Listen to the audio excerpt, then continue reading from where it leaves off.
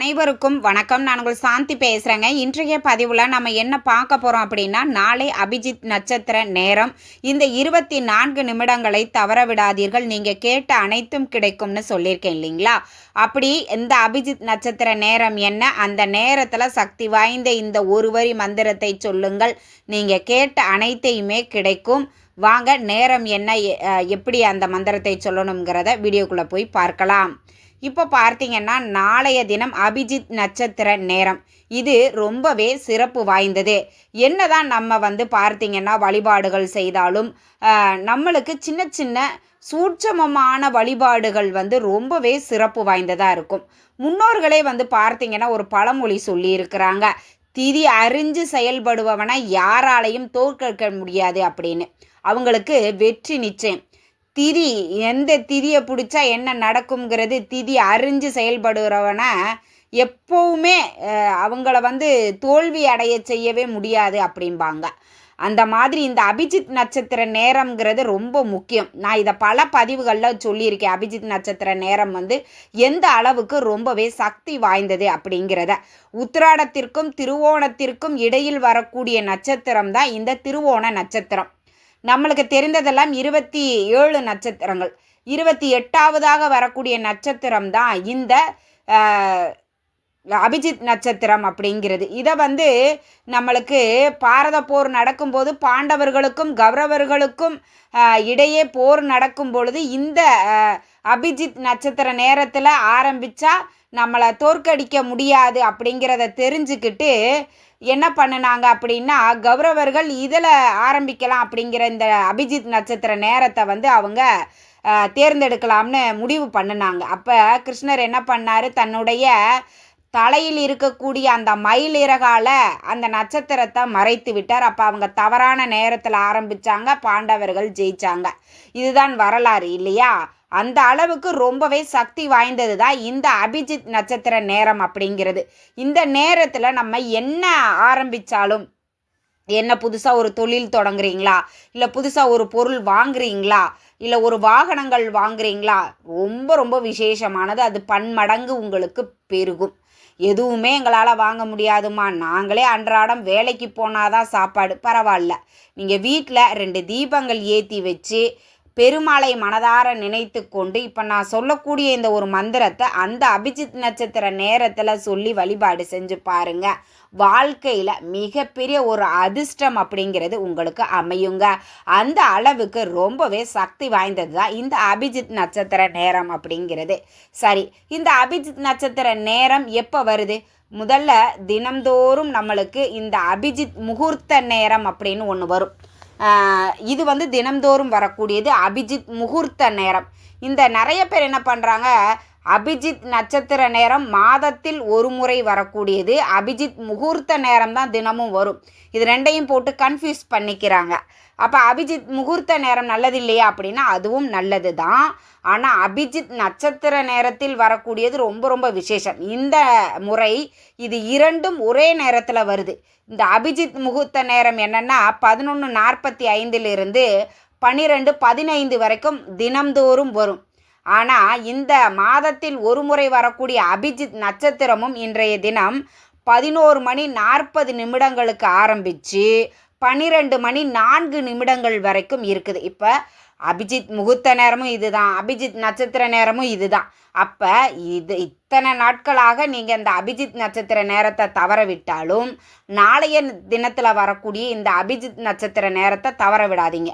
ஏதாவது புதுசாக வீட்டுக்கு தேவையான ஏதாவது ஒரு பொருள் வாங்குறீங்க, நகை வாங்குறீங்க, ஆடை ஆபரணங்கள் வாங்குறீங்க, கார் வாங்குறீங்க, வண்டி வாங்குறீங்க, இல்லை சின்னதாக ஒரு பொருள் வாங்குறீங்க அப்படின்னா கூட அந்த நேரத்தில் வாங்குறது ரொம்பவே சிறப்பு வாய்ந்தது.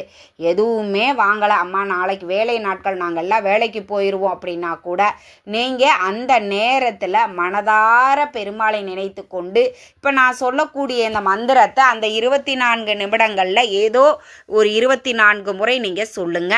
வீட்டில் இருக்கிறீங்க அப்படின்னா பூஜை அறையில் பெருமாள் படத்திற்கு முன்பாக 2 நெய் தீபங்கள் ஏற்றி வச்சுட்டு இந்த மந்திரத்தை சொல்லி பெருமாள் கிட்ட மனதார பிரார்த்தனை பண்ணுங்கள். ஏதாவது ஒன்றை மட்டும் நினச்சிக்கோங்க.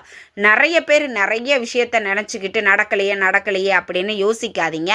உங்களுக்கு எது ரொம்ப முக்கியம்னு நீங்கள் நினைக்கிறீங்களோ அந்த ஏதாவது ஒரு விஷயத்த மட்டும் நீங்கள் வேண்டிக்கோங்க. சரி, இதில் நான் நிறைய தடவை வேண்டியிருக்கிறேன், நடக்கலை அப்படின்னா கண்டிப்பாக நடக்கும். அது தாமதமாகுவதற்கு ஏதாவது ஒரு காரியம் இருக்கும். அதனால் நீங்கள் அடுத்து வரக்கூடிய அபிஜித் நட்சத்திர நேரத்தில் அதே வேண்டுதலை நீங்கள் வையுங்க. ஒவ்வொரு மாதமும் அதை மாற்றிக்கிட்டே இருக்காதீங்க. அது நடந்துருச்சுன்னா மாற்றிக்கோங்க, நடக்கலைன்னா திரும்ப அதையே கேட்டு நம்ம கடவுள்கிட்ட முறையிடுங்க. நம்ம செய்ய வேண்டியது என்ன? கடவுள்கிட்ட எனக்கு இது நடந்தால் ரொம்ப நல்லது அப்படிங்கிறத நம்ம கேட்குறது தான். அவர் எப்போ நம்மளுக்கு கொடுக்கணும் அப்படிங்கிறத அவர் முடிவு பண்ணுவார்.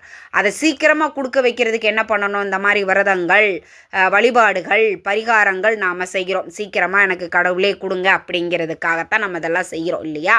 அப்போ இந்த அபிஜித் நட்சத்திர நேரத்தில் நீங்கள் கேட்கும் பொழுது அது கண்டிப்பாக எவ்வளவுதான் நீங்கள் ஏழ்மையிலையும் கஷ்டத்துலேயும் வாழணும்னு உங்களுக்கு கர்ம வினைகளே இருந்தாலும் உங்கள் விதியை அப்படித்தான் கடவுள் எழுதியிருக்காரு அப்படின்னா கூட உங்கள் விதியை மாற்றக்கூடியது தான் இந்த அபிஜித் நட்சத்திர நேரம்.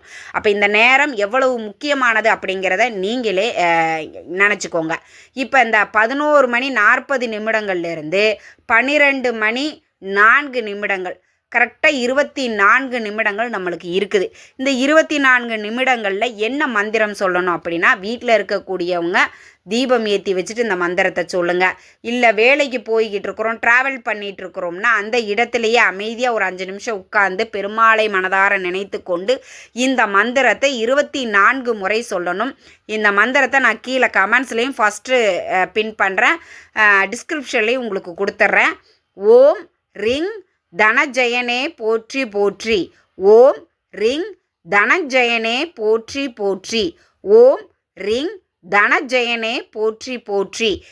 அப்படிங்கிற இந்த மந்திரத்தை 24 முறை சொல்லிட்டு பெருமாள் கிட்ட எதற்காக நீங்கள் இந்த பிரார்த்தனையை பண்ணுறீங்களோ அதை ஒரு முறை மனதார பிரார்த்தனை பண்ணிட்டு தூப ஆராதனை எல்லாம் காட்டி உங்களுடைய பூஜையை நீங்கள் நிறைவு செய்து கொள்ளுங்கள். இது வீட்டில் இருக்கிறவங்க. வெளியில் இருக்கிறீங்க அப்படின்னா அந்த மந்திரத்தை 24 முறை சொல்லிட்டு நீங்கள் அடுத்து உங்களுடைய வேலையை நீங்கள் ஸ்டார்ட் பண்ணிடலாம். இந்த மாதிரி நாளைய தினத்தில் வரக்கூடிய இந்த அபிஜித் நட்சத்திர நேரத்தில் எக்காரணத்தை கொண்டும் நீங்கள் தவறாமல் பயன்படுத்தி கொள்ளுங்க.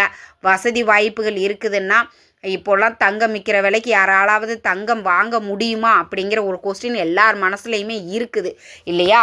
ஆனாலும் அதையும் வாங்கக்கூடிய மக்கள் இருக்கதான் செய்கிறாங்க. உங்கள் அவசியம் கட்டாயம் வாங்கணும்னு நான் சொல்லலை. வாய்ப்பு இருக்குது, என்கிட்ட அந்த அளவுக்கு பணம் இருக்குது, நான் வாங்குகிறேன் அப்படின்னா வாங்குங்க, ஒன்றும் தப்பு கிடையாது. இல்லை நகை மட்டும்தான் வாங்கணுமா அப்படின்லாம் கிடையாது. நம்ம ஏதாவது வீட்டுக்கு தேவையான பொருட்கள் சின்னதாகவும் இருக்கலாம், பெருசாகவும் இருக்கலாம், அதுக்காக ஆயிரக்கணக்கில் தான் வாங்கணும் அப்படின்னு நான் சொல்ல வரல. ஒரு அரிசி வாங்கினா கூட தனம் தானியத்துக்கு குறைவில்லாமல் நம்ம வீட்டில் என்னென்னைக்கும் அன்னலட்சுமி குறைவில்லாமல் இருப்பாள். அது மாதிரி இந்த அபிஜித் நட்சத்திர நேரத்தில் நீங்கள் என்ன வாங்குறீங்களோ அது பல மடங்கு பெருகும் அப்படிங்கிறது ஐதீகம். நாளைய தினத்தை எக்காரணத்தை கொண்டும் தவற விடாதீர்கள். கை மேலே உங்களுக்கு பலன் கொடுக்கும். இந்த தகவல் உங்களுக்கு ரொம்பவே பயனுள்ளதாக இருந்திருக்கும்னு நினைக்கிறேன். வீடியோ பிடிச்சிருந்தால் லைக் பண்ணுங்கள், ஷேர் பண்ணுங்கள், கமெண்ட் பண்ணுங்கள். இந்த பதிவை உங்களுடைய உற்றார் உறவினர்கள் நண்பர்களுக்கும் ஷேர் பண்ணுங்கள். அவங்களும் பார்த்து பயன்பெறட்டும். நன்றி, வணக்கம்.